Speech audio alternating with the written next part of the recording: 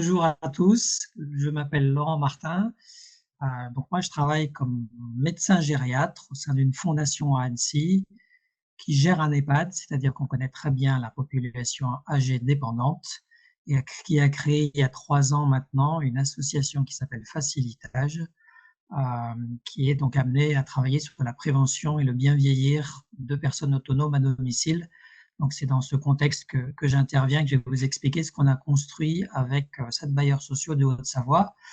Je reviens très, très rapidement sur quelques chiffres, hein. Le projet qu'on vous présente implique 7 bailleurs qui représentent 92% du parc social du département de Haute-Savoie.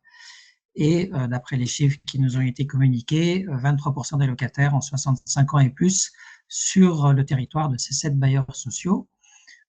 L'objectif de notre travail, c'était effectivement de réaliser une étude sur les besoins et les réalités quotidiennes des locataires de 65 ans et plus et des fragilités qui pouvaient éventuellement être les leurs et qui pourraient nécessiter un travail dans le cadre de l'accompagnement du vieillissement et du bien vieillir.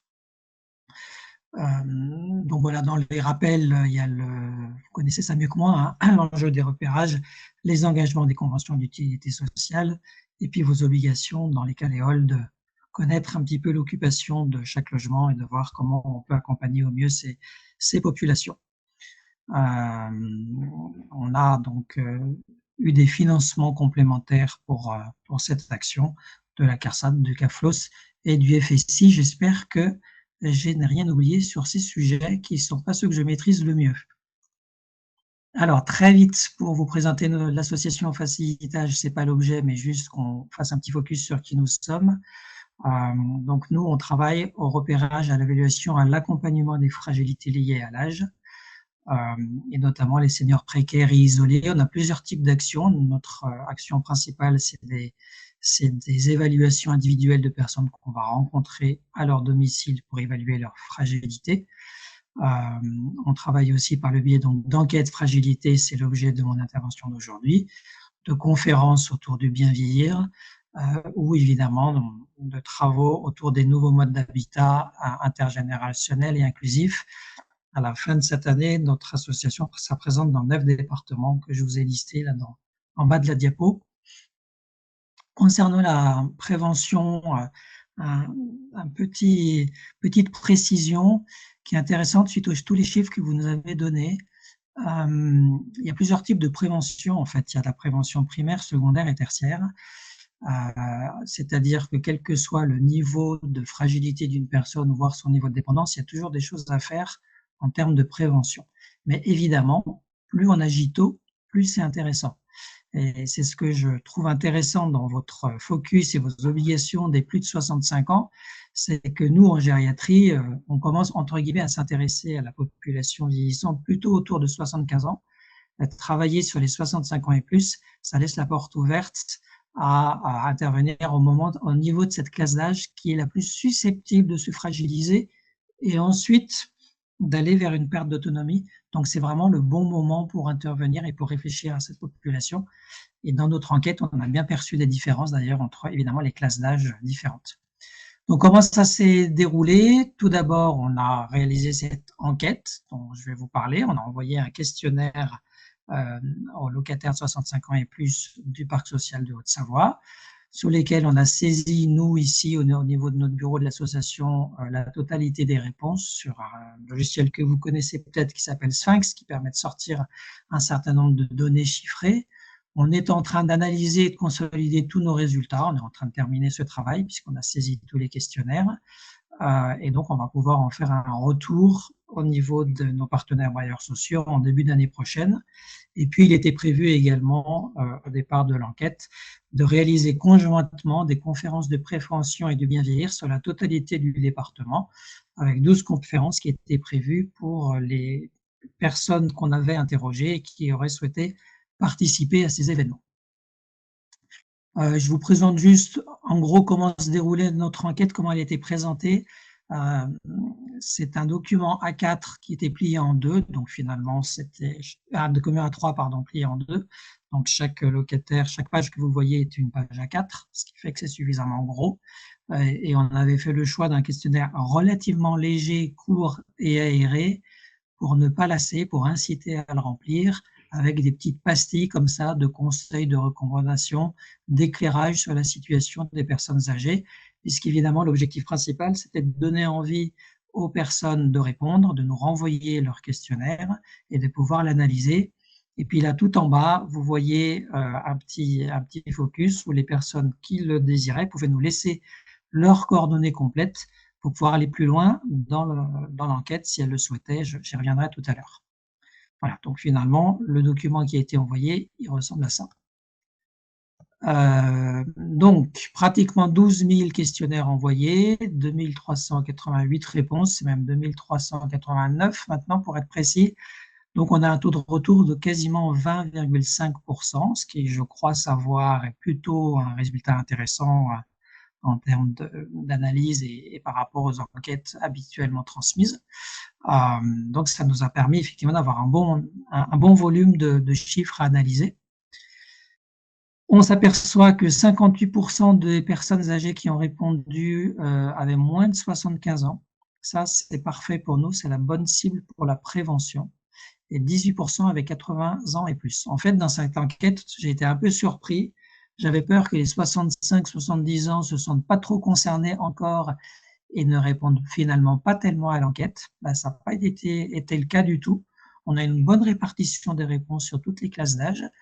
Et quand je souligne que 60% quasiment à moins de 75 ans, oui, parce que la classe d'âge des 75-85 ans, c'est ce qu'on appelle la classe d'âge des fragilités, où la personne se fragilise et elle peut rentrer dans la perte d'autonomie.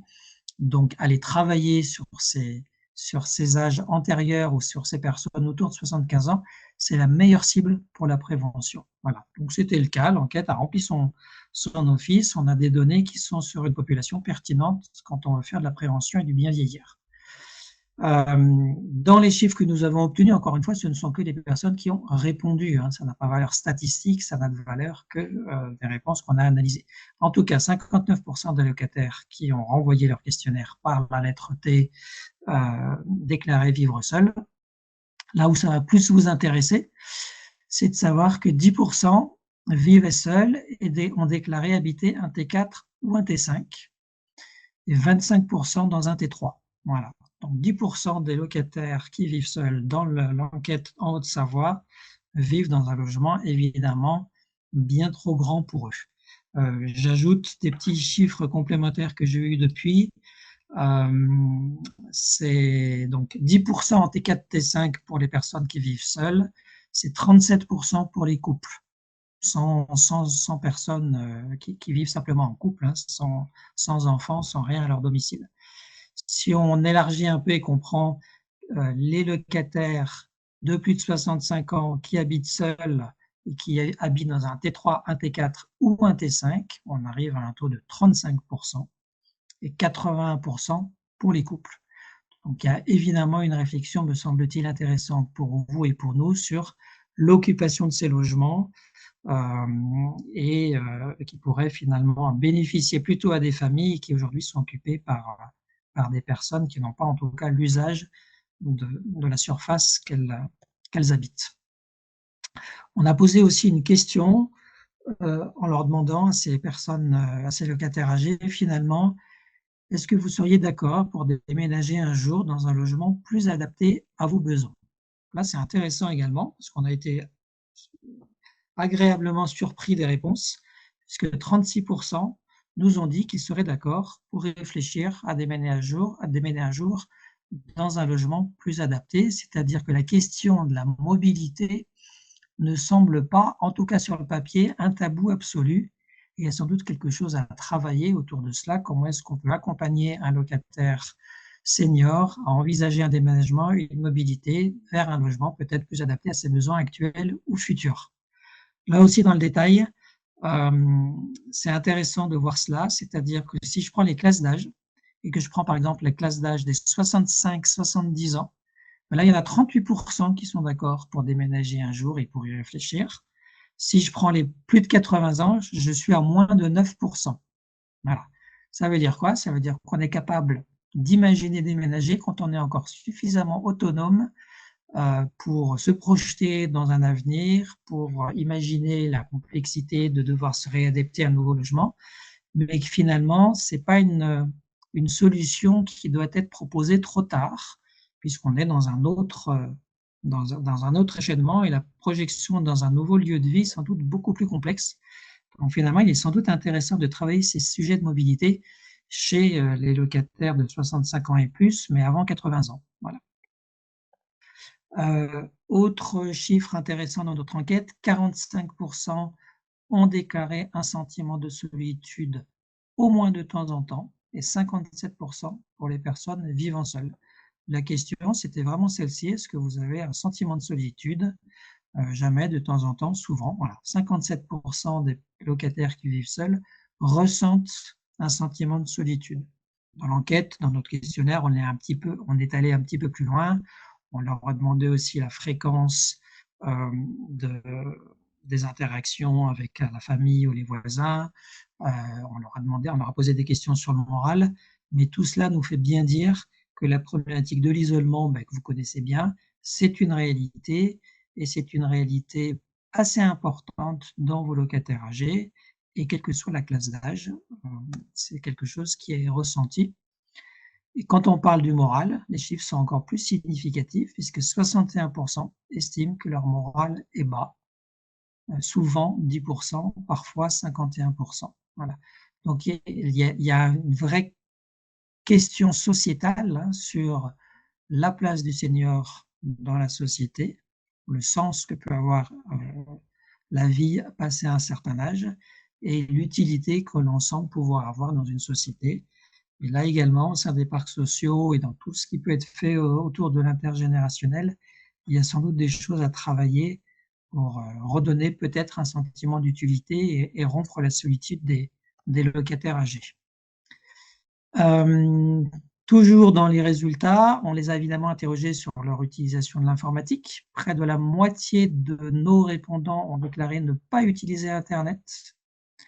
Et 63% nous ont dit qu'ils avaient une adresse mail, mais 20% qui ne la consultaient jamais. Évidemment, là, on voit une relation parfaitement linéaire entre l'âge et les réponses. Les plus jeunes sont quasiment tous connectés, les moins jeunes, beaucoup moins.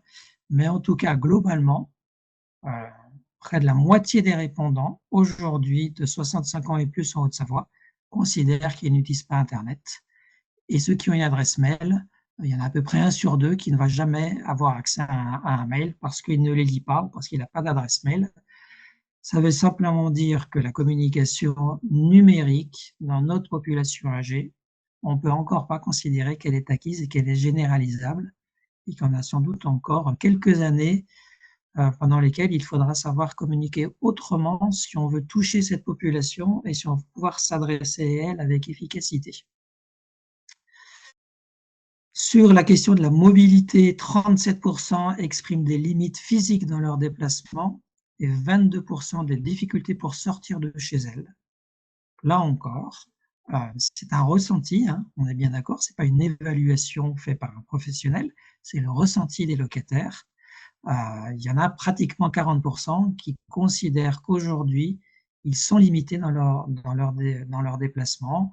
On a aussi précisé certaines questions sur se relever des WC, par exemple, qui montrent évidemment la fragilité de cette population autour de la mobilité, ce qui interroge évidemment la sécurité du logement, l'accessibilité des logements et l'intérêt, là encore, de logements peut-être plus adaptés ou plus ciblés seniors. 29% nous ont déclaré une chute dans les 12 derniers mois, au moins une chute, avec là encore évidemment une relation linéaire avec l'âge. Et plus intéressant encore pour nous, on leur a demandé finalement, est-ce que vous avez un système d'alerte type téléalarme, téléassistance?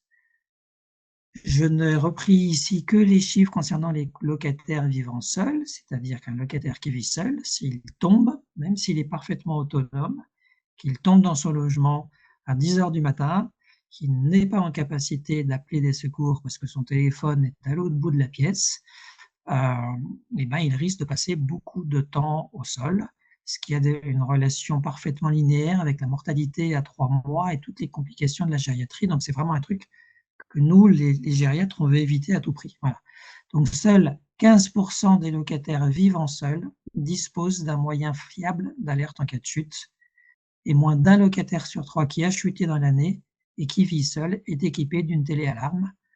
Voilà un truc sur lequel il y a un vrai travail à réaliser, parce que si on augmente la capacité à donner l'alerte en cas de chute, on réduit la perte d'autonomie, les entrées en institution, la mortalité, et finalement, on préserve aussi la qualité de la vie de vos locataires au sein de leur logement. Donc, il y a sans doute un sujet à travailler autour de cela. On retrouve évidemment cette même dimension quand on va voir des personnes âgées à leur domicile, hors parcs sociaux. Le bouton poussoir qui fait vieux, la plupart n'en veulent pas. Il nous arrive maintenant assez régulièrement d'équiper des seniors un peu plus connectés avec des montres connectées, et là, ils acceptent parce que ça fait pas vieux. Le résultat est le même, c'est que s'ils chutent, au moins ils peuvent donner l'alerte, donc c'est vraiment intéressant.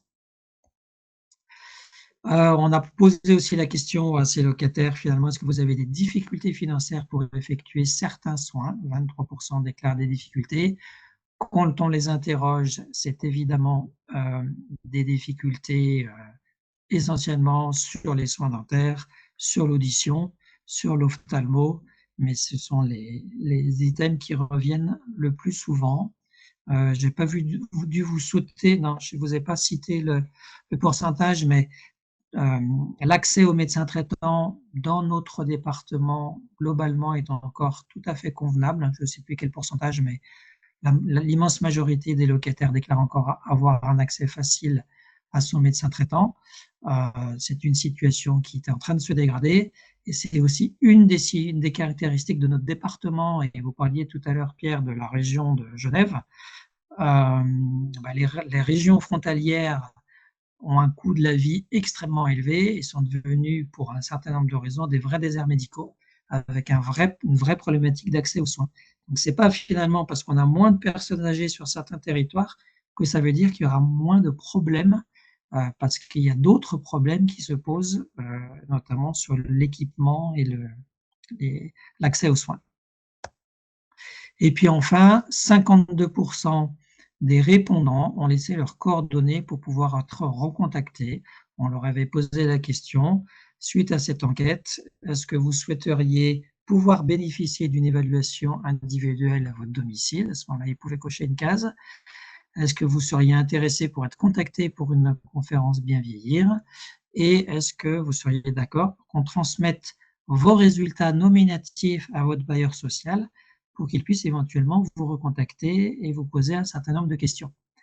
Petite précision, parce que vous avez peut-être attendu cette question et vous n'avez pas vu la réponse, on n'a pas interrogé sur la salle de bain et sur la douche, parce qu'on ne voulait pas alimenter encore, entre guillemets, ce débat, et les bailleurs sociaux exprimaient qu'ils seraient gênés si tout le monde leur disait « moi je voudrais une douche » et d'être dans l'incapacité d'y répondre. Donc on a un petit peu éludé cette question de l'équipement de la salle de bain, et on s'est plus axé sur la mobilité et les difficultés dans la vie quotidienne. Voilà, donc finalement, quelles peuvent être les suites à donner? Je vous ai présenté évidemment que quelques résultats. L'enquête est un peu plus large que cela, et permet de croiser les données par classe d'âge, par typologie de logement. Donc, ça permet d'analyser des choses beaucoup plus intéressantes pour chaque bailleur.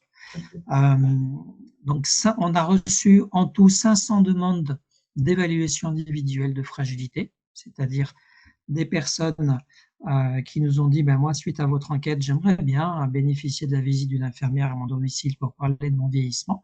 Donc, il y a un vrai intérêt pour ce dispositif. Une des limites que nous allons rencontrer, c'est que ces évaluations individuelles aujourd'hui sont financées par notre association Facilitage en partenariat avec des instituts de retraite complémentaires, mais on aura un budget à ce jour qui ne nous permettra pas d'aller rencontrer la totalité des personnes qui l'auraient souhaité. Donc, on est en train de chercher des budgets complémentaires. En tout cas, on se rend compte que quand on leur pose la question, il peut y avoir un intérêt manifeste manifester pour aller un peu plus loin dans l'évaluation des fragilités. Sur les conférences bien vieillir, 817 réponses de personnes qui se déclaraient intéressées par ces conférences bien vieillir. On en a organisé 5 sur les 12 programmées.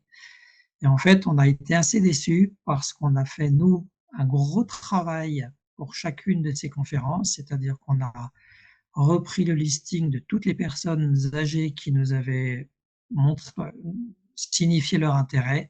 On les a toutes recontactées individuellement par mail et téléphone. Les bailleurs sociaux avaient joué le jeu également en posant des affiches dans les résidences, etc. Et en fait, on a eu très, très peu de personnes présentes lors de ces conférences. Et donc, on s'est dit que finalement, entre le désir, l'intérêt exprimé et le passage à l'acte, il y avait une grande différence, qu'on passait beaucoup de temps, qu'on mobilisait beaucoup de moyens autour de ces conférences et que les résultats étaient finalement assez décevants. Alors, on s'y est peut-être mal pris, hein, c'est possible, mais voilà, on a rappelé tout le monde, on a vraiment fait le maximum pour essayer de les intéresser. Donc, c'est un truc intéressant, parce que la conférence Bien vieillir est le meilleur moyen, finalement, de sensibiliser, et en tout cas de sensibiliser le plus fragile et le plus isolé, qui, par définition, est celui qui ne va pas bouger de chez lui. Donc, on risque de rater aussi une partie de la cible. Et puis, dernière chose, et Eric Braque vous en reparlera plus pour sa partie, c'est les personnes qui nous ont demandé, qui nous ont laissé leurs coordonnées pour pouvoir être recontactées par leur bailleur social. Donc là, 758 personnes ont laissé leurs coordonnées. On a donc nous transmis à chaque bailleur son fichier Excel avec toutes les réponses saisies par les personnes qui ont donné leur accord. Aujourd'hui, évidemment, la question pour les bailleurs, c'est qu'est-ce qu'on fait de tout cela? Comment est-ce qu'on peut l'analyser et répondre? Et comment est-ce qu'on peut donner une suite à cette enquête? Donc, M. Braque va vous en dire quelques mots tout à l'heure. Et puis nous, au sein de l'association, on réfléchit sur la manière de donner une suite effectivement à cette action et comment est-ce qu'on peut continuer à accompagner les bailleurs à la prise en compte du vieillissement de leur population, avec quelques pistes. Je terminerai par une dernière information, c'est qu'on a fait donc un comité technique au mois de novembre avec l'ensemble des bailleurs, et on a décidé, suite aux résultats mitigés sur les conférences de prévention, de ne pas les poursuivre et de transférer le budget qui était consacré aux conférences Bien vieillir vers la construction et l'animation de sessions de formation à destination des personnels des bailleurs sociaux, avec pour objectif de permettre à ces personnels de monter un peu en compétence, d'avoir quelques notions de la gériatrie, de la gérontologie, les aider à mieux repérer les besoins éventuels de leurs locataires, peut-être d'observer de manière plus précise la réalité du logement et de connaître les dispositifs qui peuvent exister quand il s'agit de mettre en place des actions pour pouvoir plus facilement orienter les personnes âgées.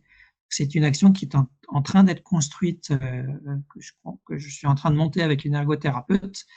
Voilà, ça soulève pas mal de choses, hein, jusqu'où le travailleur social d'un bailleur social est habilité, entre guillemets, à évaluer une situation.